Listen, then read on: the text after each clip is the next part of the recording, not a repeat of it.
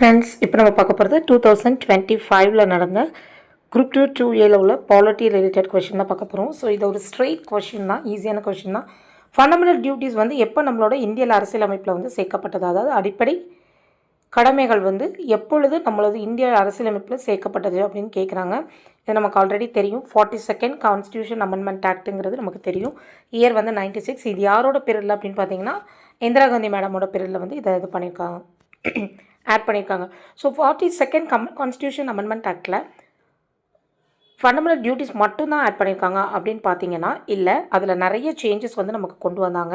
So அந்த constitution amendment ஆக்டே வந்து நம்ம என்ன பண்ணுவோம் அப்படின்னா மினி கான்ஸ்டியூஷன் அமெண்ட்மெண்ட் ஆக்ட் அப்படின்னு கூட நம்ம சொல்லியிருக்கோம். ஏன்னா ஒரு மினி கான்ஸ்டியூஷன் அவ்வளோ ஆக்ட்ஸ் வந்து நமக்கு வந்து அமெண்ட்மெண்ட் பண்ணியிருக்காங்க. ஸோ அதெல்லாம் என்னன்றது ஒன்று ஒன்றா லைனாக பார்த்துக்கலாம்.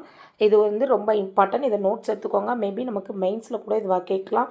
நமக்கு ஒரு பாயிண்ட்ஸ் எழுதுறதுக்கு யூஸ் ஆகும். அதே சமயம் வந்து ப்ரிலிமினரியில் பார்த்தீங்கன்னா நமக்கு வந்து எந்த அமெண்ட்மெண்ட் வந்து எந்த இயர்னு கேட்டு மேட்ச் த ஃபாலோயிங் அந்த மாதிரி கூட நமக்கு கேட்கலாம்.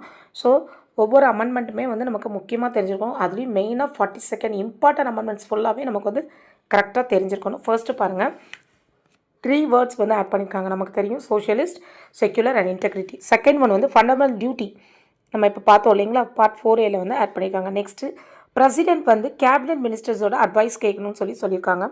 அடுத்து பார்த்தோம் அப்படின்னா அட்மினிஸ்ட்ரேட்டிவ் ட்ரிபியூனல் அண்ட் ட்ரிபியூனல்ஸ் வந்து ப்ரொவைட் பண்ணியிருக்காங்க. ஸோ அது எந்த பார்ட்டில் இருக்குது அப்படின்னு பார்த்தோன்னா பார்ட் 14 வந்து நமக்கு இருக்குது. நெக்ஸ்ட்டு நம்ம பார்க்க போகிறது லோக்சபா அண்ட் ஸ்டேட் லெஜிஸ்லேட்டிவ் அசம்பிளியோட சீட்ஸை வந்து ஃப்ரீஸ் பண்ணியிருக்காங்க. எப்போ அப்படின்னா நம்மளோட சென்சஸ் 1971 பேஸ் பண்ணி அந்த 2001 வரைக்குமே என்ன பண்ணிட்டாங்க, ஃப்ரீஸ் பண்ணியிருக்காங்க. அடுத்தது கான்ஸ்டியூஷன் அமெண்ட்மெண்ட் ஆக்ட் வந்து ஜுடிஷியல் ஸ்க்ரூட்டினிக்கு அப்பாற்பட்டது அப்படின்னு சொல்லியிருக்காங்க. அடுத்தது பார்த்தோன்னா நமக்கு judicial review and writ jurisdiction of the supreme court and ஹைகோர்ட்டோட பவர்ஸை வந்து கம்மி பண்ணியிருக்காங்க. அதுக்கப்புறம் வந்து லோக்சபா அண்ட் ஸ்டேட் லெஜிஸ்லேட்டிவ் அசம்பிளியை வந்து 5 to 6 இயர்ஸாக வந்து இம்ப்ரூவ் பண்ணியிருந்தாங்க. அடுத்து நம்ம பார்க்க போகிறது so provided for the laws made for implementation